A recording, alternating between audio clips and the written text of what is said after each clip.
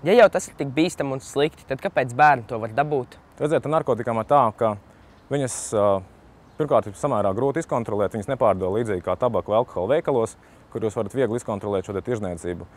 Narkotikas tirgo slēpti no dažādiem slēpņiem, un policija patiesībā dara visu, lai šīs personas aizturētu. Līdz ar to tāpēc arī jums, kuri zina, kurā vietā šīs narkotikas tiek tirgotas, būtu jāvēršās valsts policijā šāda informācija.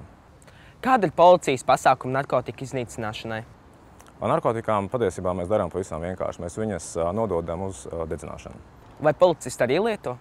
Nē, policisti nelieto. Mēs katru gadu izejam medicīnisko pārbaudi, kur pārbauda mūsu gan fizisko, gan veselības stāvokli. Līdz ar to policists vispār nedrīkst atļauties lietot nekādu no šādām vielām.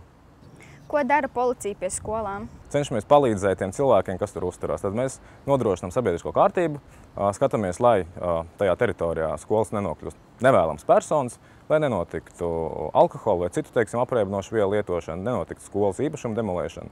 Uzturam sabiedrisko kārtību.